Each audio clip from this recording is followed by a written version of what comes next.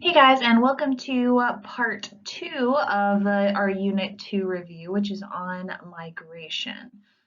So the big things we are going to cover in this migration review is the types of movement, the types of migration. We're going to talk about Ravenstein's laws of migration, push and pull factors, migration flows, guest workers, and U.S. migration patterns. Again, as I've said in the previous review lectures, this isn't every single detail that you need to know. You should still look over your AMSCO books and your notes, the AP Daily videos. This is just a big overview. So first, let's talk about the types of movement. Cyclic movement, which stands for cycle, are shorter periods away from home. So this is commuting to school or work every day. Seasonal movement, also nomadism, is considered this. Periodic movement is longer periods away from home. So this is migrant laborers, this is transhumance, this is military service, this is college. These are periodic movements. And then migration involves a degree of permanence. So this can be international when you move to different countries or internal within the same country. Right, there's different types of migration. We see forced migration, which involves the imposition of authority or power, involuntary migration movement. So there's something bigger than you that's forcing you to move. Voluntary migration, which occurs after a migrant weighs options and choices. Now, the distinction between the two is not always clear cut. This isn't always a black and white situation. So most European migration to the US in the 19th and 20th centuries was voluntary, but some of it, you could argue, was forced. So the Irish migration to the US in the mid 1800s, some of it was forced because people were forced out by harsh British rule laws. So it's not always easy to tell if it's necessarily forced or voluntary. Sometimes it's very easy to tell, but sometimes it's not. So some very important forced migrations that you should definitely know about. We see the Trail of Tears, which would be an internal forced migration inside the United States, where the US government forced 5 Native American tribes in the Southeast to move into what was then called Indian Territory, which is today Oklahoma. And the most famous that you should absolutely know is the forced migration of Africans from Africa to the Americas. Now, important distinction I want you guys to make sure you can see and understand from this map is that most Africans were not brought here to what becomes the United States. Most were brought to the Caribbean and South America. And that's because they were brought here as agricultural laborers, mainly for sugarcane, which grows in tropical climates. So important types of voluntary migration. Much of voluntary migration ends up being steppe migration, which is a series of shorter, less extreme migrations from a person's place of origin to a final destination. Sometimes intervening opportunities can get in the way and they end up not going to the final destination because they find a job or somewhere to settle before they reach that final destination. Chain migration is a series of migrations within a family or a cultural group of people. This begins with one family member who sends money to bring other family members to a new location. And again, this is very, very common. And in fact, in the United States, chain migration has been promoted by the US government. So if you have a family member who migrates here, it makes it easier for other family members to do that. One of the most important things from migration for you guys to know is Ravenstein's laws. So Ravenstein's laws of migration were all about why do people voluntarily migrate. And some of the most important of his laws are these. He said that every migration generates a return or counter migration. So for example, in the 1800s, of all of the Italians who migrated to the United States, about half of them actually migrated back to Italy. And that's because that saying that the grass isn't always greener on the other side is a lot of times true for migrants. And so they come somewhere thinking that everything's going to be so much better, and it's really not. And they miss home. So a lot of them end up going back. The majority of migrants move a short distance. So he says that short distance migration is the most common. Migrants who move longer distances tend to choose big city destinations. So if you do go a long way, you're more than likely going to a big city. Urban residents are less migratory than inhabitants of rural areas, which means rural to urban migration is the most common. And families are less likely to make international moves than young adults. So he said that the most common migrant was a single male in their 20s. Another important thing to know about migration is push and pull factors. So that's all about why do people choose to migrate. And there's three major types of push and pull factors: political, environmental, and economic. So some examples of political push factors would be in the 70s with the Vietnamese War, so those are Vietnamese migrants. In the 1970s, with the expulsion of Asians and Ugandans of Asian descent from the African country of Uganda. In 1980 with Cuba, conflict and civil war in Yugoslavia and Rwanda, also the partition of India and Pakistan, anti-Semitic activities in the 1990s in the Soviet Union, and then also with the fall of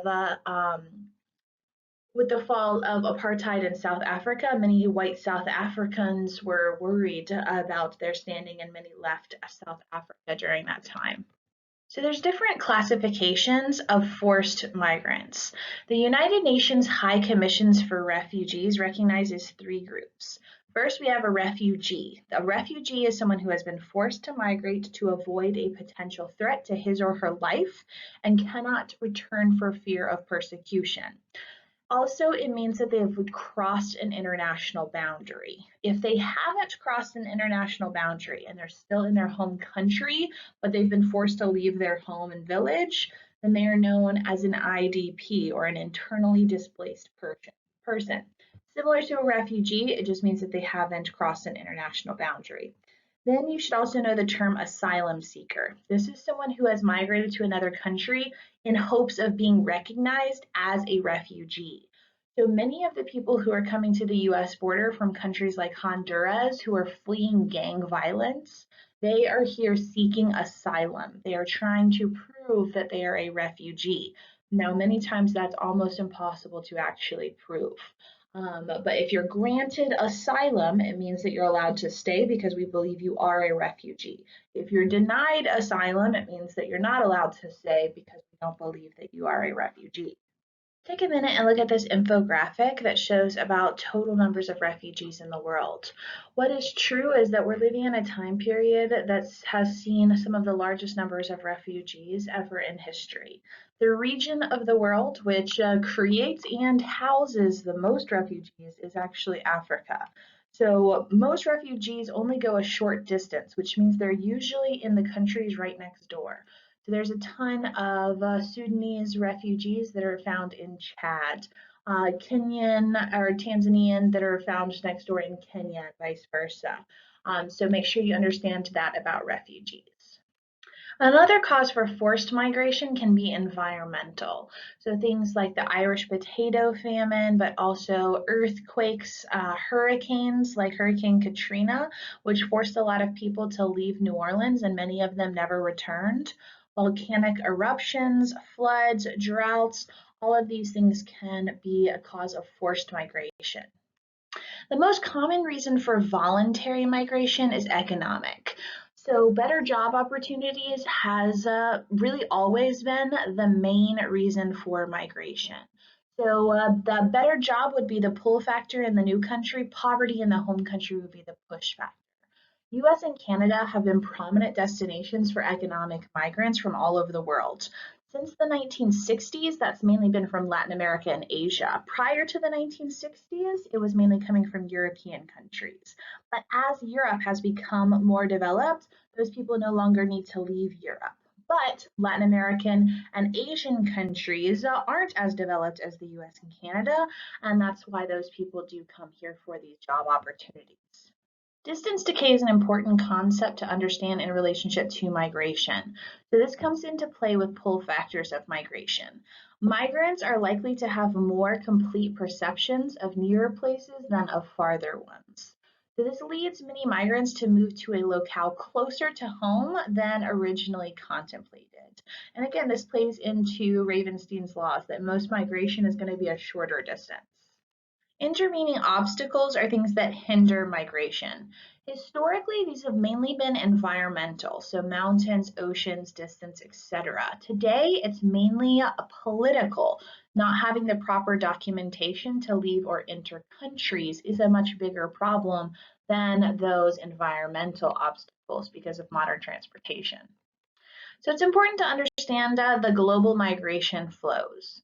So between 1500 and 1950, the major global migration flows were influenced largely by exploration, colonization, and the Atlantic slave trade, all of which were dominated by Europe. During this time period, the Europeans really got around and they've made their mark on this migration. The reason why there's white people here in the Americas is the reason why we're speaking English here. It's the reason why they're speaking Spanish in Latin America. All of these things are because of this incredible movement of Europeans during this time period. So here's another infographic that just shows kind of the movement between these places and people. Regional migration flows. We've seen migrants mainly go to neighboring countries for things like short-term economic opportunities, so guest workers, also reconnect with cultural groups across borders, and also fleeing political conflict or war. We're also, especially in less developed countries, seeing huge amounts of rural to urban migration to what are known as islands of development. These are places within a region or country where foreign investment, jobs, and infrastructure are concentrated, which is going to be in the cities. So we see a ton of rural to urban migration. Another example of a historic migration that you should be aware of was the Chinese migration throughout Southeast Asia in the late 1800s to early 1900s for work and trade, commerce, and financing. That's why countries like Singapore actually have a majority Chinese population.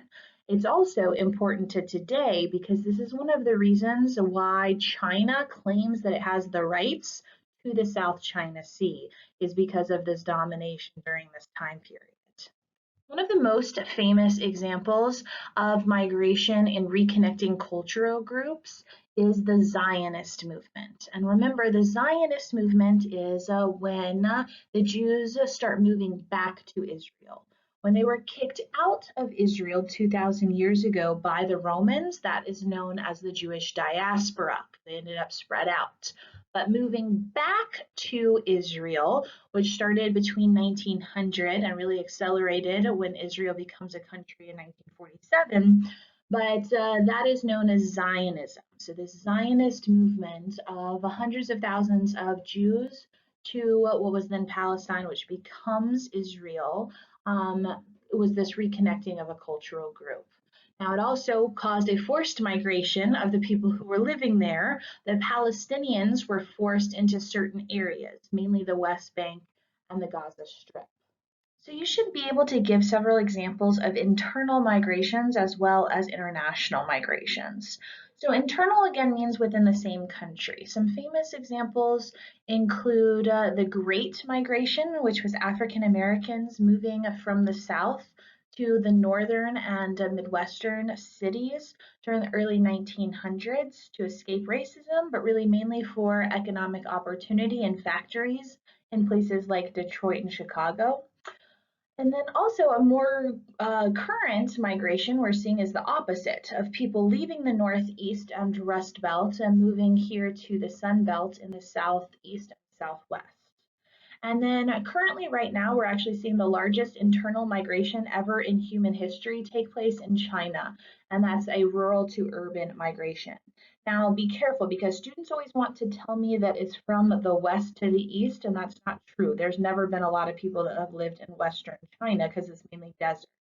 It's mainly all on the east. It's just from the rural villages in the east to the cities in the east. So make sure that you don't mix that up. Right. It's important that you understand guest workers. And guest workers are legal immigrants who a country allows in to fill a labor need. They assume the workers will go home once the labor needs subside. So they are allowed and granted what are called short-term work visas. And many of them send remittances to their home country. Remember, that's that money that guest workers send back to their families. So you should understand a little bit about the U.S. immigration patterns, and the U.S. does have more foreign-born residents than any other country in terms of total number. However, we don't have the largest percentage. That would actually be in countries in the Arabian Gulf, like the UAE, where almost 90% of their population are immigrants. There's been three main eras of migration to the US. The first is the colonial, which is the 17th and 18th century, and that's mainly coming from Western European countries like the UK and Germany. Then we see mass European immigration in the late 19th and early 20th century, and that really starts to come from more Southern and Eastern Europe, places like Italy and also later Russia and those types of countries. And then since the mid to late 20th centuries, so really starting around the 1960s, it's mainly been coming from Asia and Latin American countries. That's partly because Europeans don't want to leave Europe anymore because it's highly developed, but also because Asian and Latin American countries are coming here for economic opportunities that they don't have in their countries, just like the Europeans did earlier on. So here is a graph that just shows exactly that prior to the 1960s, it was mainly from Europe, and then we've seen that drastically change to mainly coming from Latin America and Asia. If you are viewing this via PowerPoint, then you're able to actually see this video change. I think you should be able to see it on YouTube as well, but you can see how we see this huge increase in foreign-born population through the 1800s, then kind of a decrease in the early 1900s, mainly because we put in place quota laws, and then we start to see an increase again in the late 1900s. And then again, if you're watching this via the PowerPoint, you can take a second and watch this quick YouTube video. If you're already on YouTube, you can just look up this video. This is why people migrate, and it explains several of the things that we've just covered. So that concludes it for our Unit 2 review. Again, Unit 2 is on population and migration. Make sure you are watching the AP Daily videos, you are reviewing your AMSCO, all of that good stuff.